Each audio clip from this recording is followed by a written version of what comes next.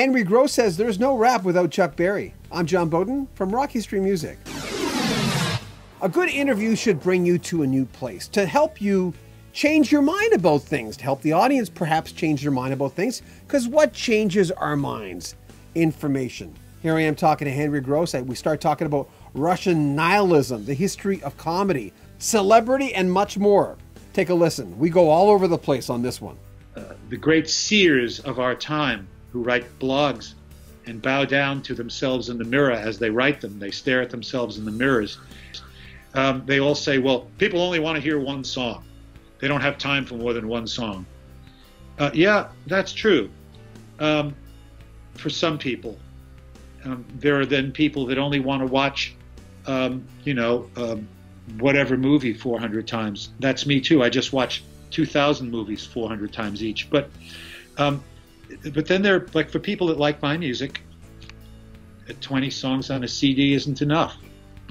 I put out 72 songs on 3 CDs this year. Is that? Yeah. And I'm proud of them. And the people that listen to them, there's something for people find things, and there's so much stuff they like, they don't know. It takes them a while to get through it, and that's great. And for people that don't like my music, one song is too much. They don't want to hear it. It's not for them. I mean, this is the thing about baseball we were talking about. I could write "The Waitress Asked Me If I'm Famous." I said, no, but I'm hungry. And you know what somebody said? I don't listen to words. Oh, yeah, man. And you're right. And it doesn't make them bad. There's people that hate baseball. There's people that hate football. But if you like baseball, if you play baseball and you hit the ball 425 feet, you get the money. You write like Bob Dylan. The great secret of the record business, Bob Dylan didn't sell that many records years ago. I mean, Bob Dylan was for people that, with thick glasses with a copy of Mein Kampf under their arm, going to Alfred University. I mean, these people, Bob Dylan was for people that got Chuck Berry on the level of his writing, not just on the duck walk. People that like the duck walk just like the duck walk, and Chuck had it all for you. You like the duck walk, you love Chuck. You like a guy that's basically rhyming, inventing a language of his own, like I saw motivating over the hill, too much botheration for me to be involved in. Here's a guy doing something that the rappers, there is no rap music without Chuck Berry. Chuck Berry was a rapper. He just brown-eyed, handsome man. What an F you to people that were putting him in jail for and chasing after him. What a brilliant way. That's Chuck's version, and I envy it because it's better than mine, of handing the guy my test paper. It's all the same thing. Yeah. When you look past your first reaction, unless there's a guy shooting in the restaurant, in which case draw and fire. But you know what I mean? But save people. But you know what I'm saying? It's like you need to think about things beyond the obvious, and people don't do that. They're on a team now. Okay, we've divided up. We're teams now. And you can't be, this is the great thing about life should be an a la carte menu. And I don't mean these things. You should be able to be against murder, and you should be able to be for abortion or against abortion, against murder, against this or that, against this, like this bill or that bill, this thing about immigration, that thing about. But now you've got to be on one team or the other. Yeah. You can't. There's no a la carte. It's a price fix menu. If you order everything from this menu except, one thing, you are culled from the herd. Now this is essentially what's happened to music as well.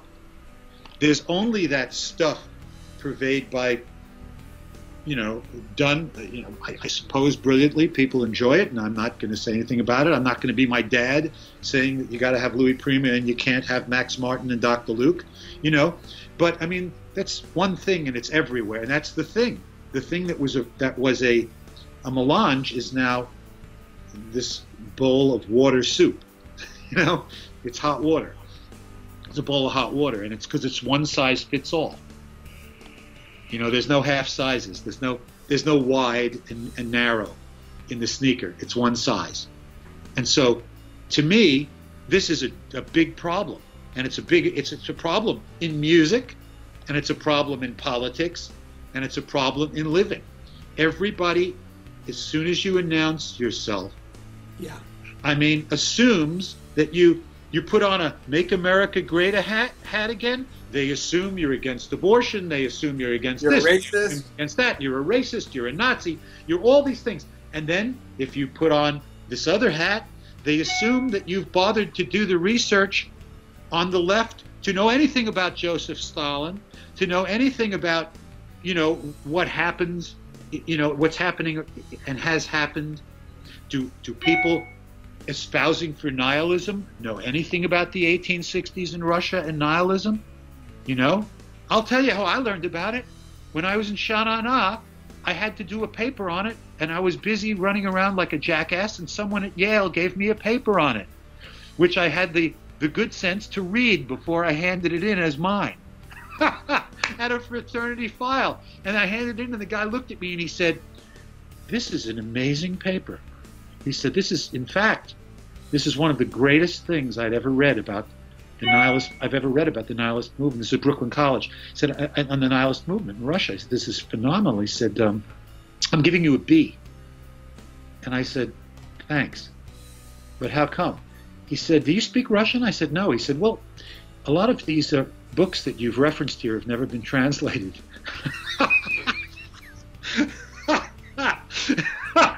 And this was the perk of being in Sha Na Na at 18, because celebrity.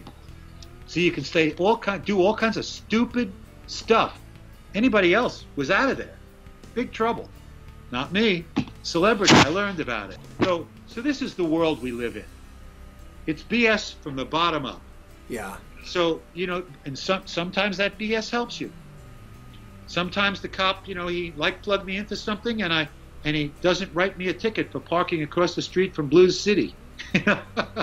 Every time. So there's always, "Hey, aren't you?" "Yeah." "Oh, okay. Well, don't do it again." So there's no. Life's funny.